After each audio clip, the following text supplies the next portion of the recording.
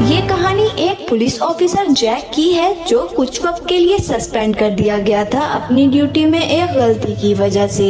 उसके दिल में एक गिल्ट है जो वो किसी से शेयर नहीं करता। फिलहाल वो एक इमरजेंसी कॉल सेंटर में नाइट शिफ्ट में काम कर रहा होता है। एक रात उसे एक लड़की की कॉल आती है जो उसकी जिंदगी बदल देती है। जैक की सस्पेंशन का सबब ड्यूटी में हुई एक गलती थी जिसके चलते उसके खिलाफ केस चल रहा है। कल उसकी आखिरी कोर्ट हियरिंग है। अगर वो बेगुनाह साबित हो जाता है तो वो वापस पुलिस ऑफिसर बन सकता है। जैक की बीवी उसे छोड़ चुकी होती है और बेटी भी उसके पास है जिसे वो जैक से मिलने नहीं देती। जैक की जिंदगी काफी मुश्किल दौर से गुजर रही होती है। एक रिपोर्टर बार बार कॉल करती है लेकिन जैक उसे कुछ नहीं बताता क्योंकि वो नहीं चाहता कि उसके केस दुनिया के सामने आए। फिर वो अपनी बीवी को कॉल करता है ताकि अपनी बेटी से बात कर सके लेकिन वो कॉल रिसीव नहीं करती। उसे एक कॉल आती है एक औरत एनी की।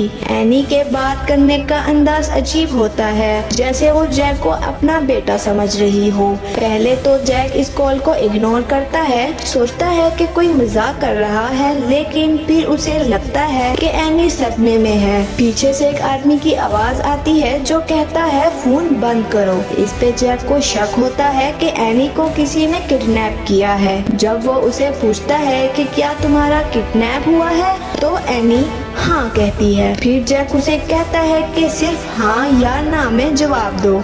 सवालात के बाद उसे समझ आता है कि एनी को किसी अपने ने ही किडनैप किया है। जैक उसका नंबर ट्रेस करता है और लोकेशन पता लगाता है। पता चलता है कि एनी को एक वाइट गाड़ी में सिटी से बाहर हाईवे के रास्ते ले जाया जा रहा है। वो कार होल्ड पे डाल के हाईवे पुलिस को इन्फॉर्म करता है। इसी बीच उसकी बीवी की कॉल आती है लेकिन जैक रिसीव नहीं करता क्योंकि उसे एनी की जान बचानी होती है। फिर एनी कॉल पे कुछ ऐसे लफ्ज बोल देती है जिससे किडनैपर को शक हो जाता है कि वो अपने बेटे से बात नहीं कर रही। कॉल कट हो जाती है। जैक कहता है कि अगली कॉल में सिर्फ ये कहना कि मुझे जैक से बात करनी है ताकि कोई और एजेंट डिटेल ना पूछे। जैक का काम कंप्लीट था लेकिन उसे चैन नहीं मिलता। वो एनी की डिटेल निकालता है और उसके घर का नंबर मिलाता है। कॉल एनी की बेटी उठाती है। वो बताती है कि घर में सिर्फ मैं और मेरा छोटा भाई है। पापा आए थे और मामा को ले गए।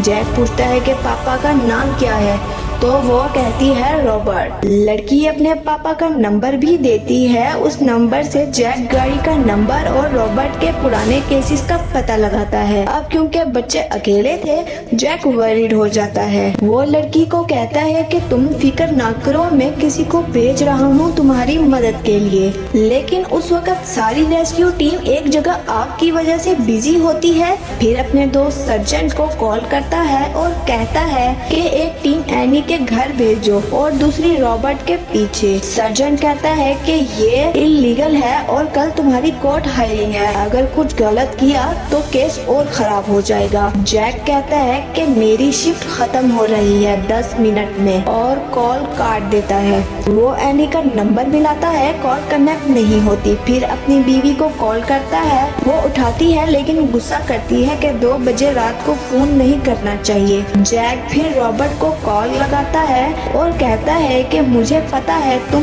एनी को वाइट गाड़ी में हाईवे से ले जा रहे हो। रॉबर्ट बिना कुछ कहे कॉल काट देता है। अब जैक अपने कुलीग को कॉल करता है जिससे उसने कोर्ट में झूठी गवाही देने के लिए कहा था। कुलीग घबराए हुए होता है कि अगर पकड़े गए तो जॉब चली जाएगी। जैक कहता है कि सब ठीक होगा। एक ऑफिसर आता है और कहता है कि एक लड़की की कॉल आई है। जैक समझ जाता है कि एनी की बेटी की होगी। लड़की कहती है कि कोई दरवाजे पे घंटी बजा रहा है। जैक कहता है कि पुलिस टीम आई है, दरवाजा खोलो। पुलिस अंदर आती है तो देखती है कि बच्ची के कपड़ों पे खून है लेकिन वो उसके भाई का है जो मर चुका है। जब लड़की ने पहले कहा था कि भाई सो रहा है तो वो सोया नहीं था बल्कि मरा हुआ था। जैक बहुत परेशान हो जाता है। फिर वो एनी एनी को कॉल करता है। इस दफा कॉल कनेक्ट होती है। एनी बताती है कि वो गाड़ी की फ्रंट सीट पे बैठी है। रॉबर्ट गाड़ी चला रहा है। जैक कहता है सीट बेल्ट पहनो और फिर हैंड ब्रेक खींच दो। रॉबर्ट गुस्सा होता है और उसे पीछे सीट पे भेज देता है। अब एनी फिर से जैक से बात करती है। जैक पूछता है कि कोई भारी चीज पास में है।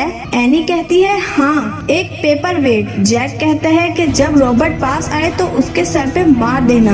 एनी कहती है रॉबर्ट को इतना गुस्सा क्यों आता है? मैंने तो सिर्फ अपने बेटे के पेट से सांप निकालने की कोशिश की थी। ये सुन के जैक हैरान हो जाता है। एनी बताती है कि उसका बेटा रो रहा था पेट में दर्द होने की वजह से, तो मैंने सोचा पेट में सांप होंगे।